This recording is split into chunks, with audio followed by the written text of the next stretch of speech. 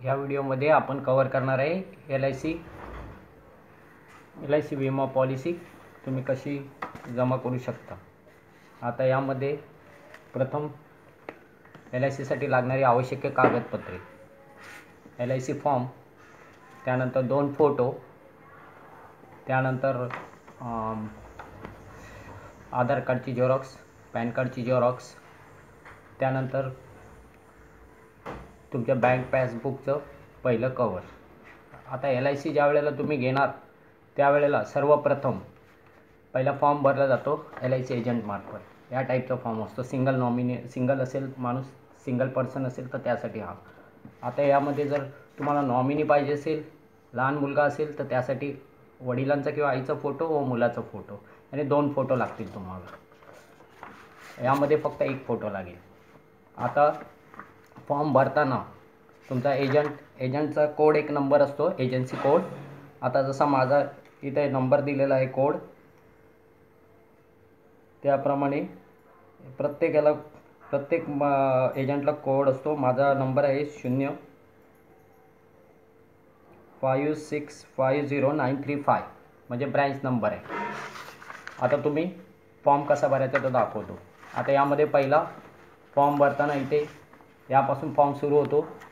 इथे फोटो चिपकवल्यानंतर इथे नाव येतं, पहिल्या पानावरती फोटो चिपकवायचा, नंतर इथे नाव येतं, त्यानंतर तुमच्या वडिलांचं पूर्ण नाव, आईचं पूर्ण नाव, तुमचे काय ॲड्रेस असेल तो, विवाहित आहे की लिंग, हे सर्व फॉर्म पूर्ण भरावं लागतं डिटेल्स। यामध्ये आधार कार्डचं प्रूफ असेल तर त्याचा ॲड्रेस, परमनंट ॲड्रेसमध्ये पण आधार कार्डचा एक ॲड्रेस असेल, नंतर पॅन कार्डचा तुमचा नंबर, आधार कार्डचा नंबर, टेलिफोन नंबर, त्यानंतर तुमचं कुठे काम करतात ते, सॅलरी स्लिप, इन्कम टॅक्सशी निगडित आहेत का की नाही आहेत ते, असा सर्व फॉर्म असतो। त्यानंतर पुढच्या पेजवरती तुम्हाला प्रत्येक ठिकाणी भरावं लागते की पॉलिसी कोणती काढणार आहे, किती टर्म आहे त्याचा, किती हे आहेत, असा हा पूर्ण फॉर्म आहे।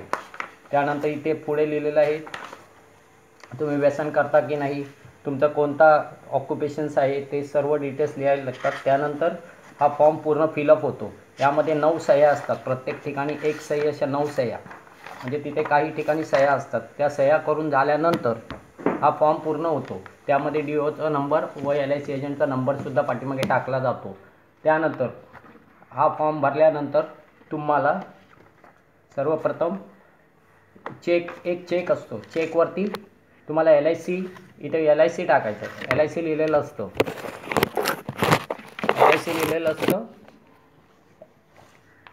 एल आय सीच्या नावे चेक द्यायचा असतो, हा एक चेक।